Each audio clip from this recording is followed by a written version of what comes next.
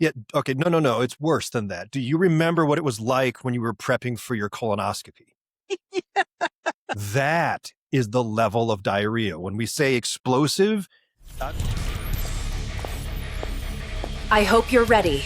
I'm about to perform a public disservice.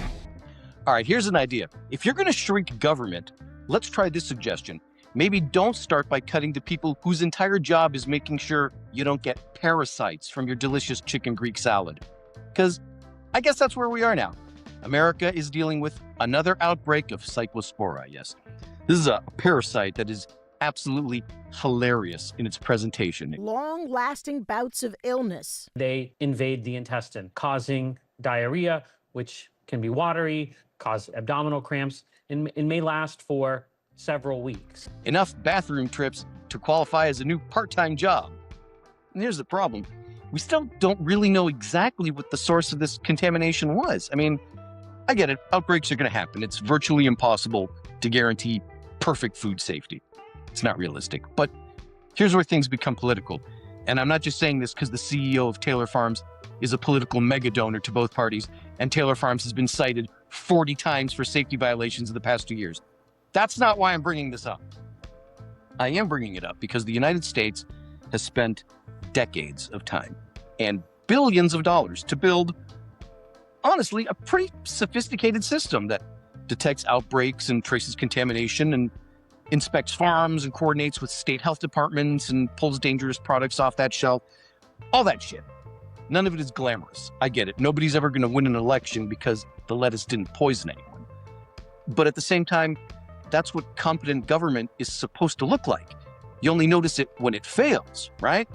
And lately, we've decided that the intelligent, educated people doing this work are somehow the enemy, I guess. Because the Trump administration pursued major reductions across public health and food safety. They cut staff and they reorganized the FDA, the CDC, the USDA.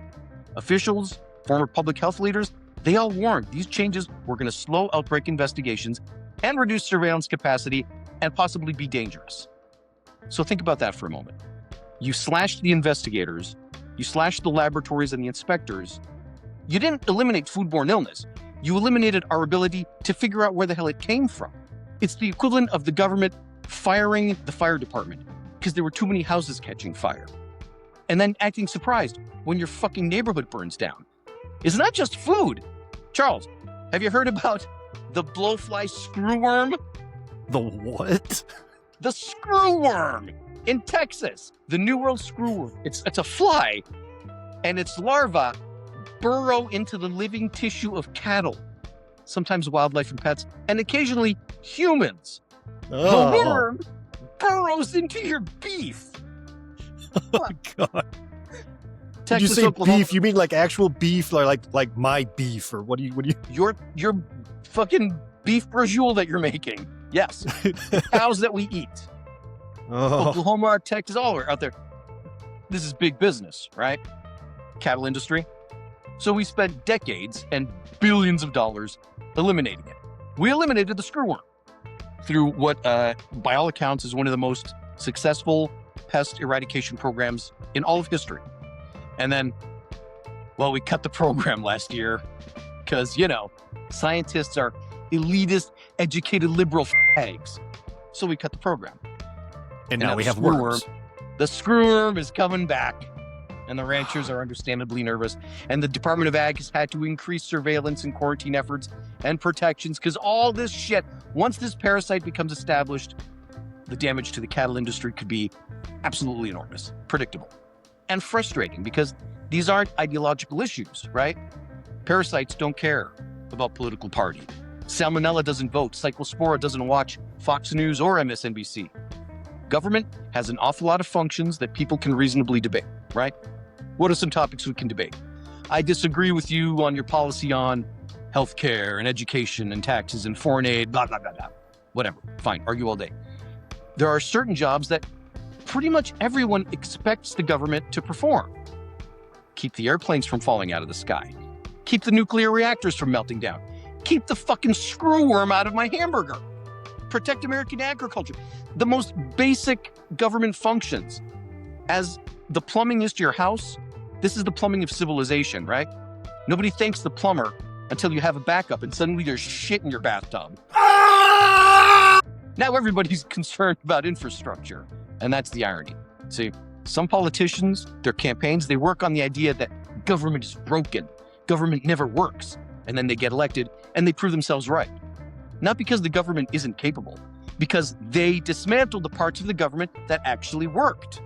Because competent people, they're not exciting. Outbreak surveillance is boring, and food inspection, it's boring, and agricultural disease monitoring, it's boring. That's what you want. You want it to be boring.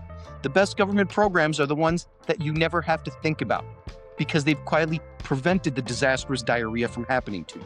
The lesson isn't that government should do everything. I got that libertarian streak in me. I don't believe that for a second.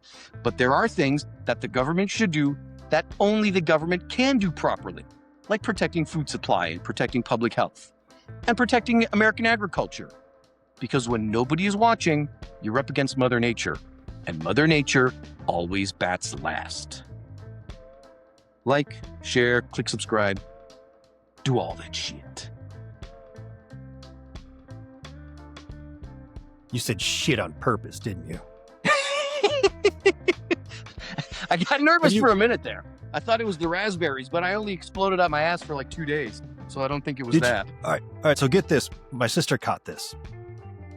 And for everybody who thinks, oh, this is just like diarrhea, it's not that big a deal. I've had diarrhea before. It's not a big deal. Do you Diarrhea every remember? Yeah, okay, no. It's worse than that. Do you remember what it was like when you were prepping for your colonoscopy? Yeah. That is the level of diarrhea. When we say explosive, I mean, it's every liquid in you being squeezed out of you. So if anybody's ever had a colonoscopy, the days that you have to prep for it, where you are just completely empty and everything you put in just comes flying out of you, that's what it is. And it doesn't stop. If you're not familiar with that type of diarrhea, check the episode just before this one where I document my colon prep. You need a strong stomach to watch that episode. It's a strong ass.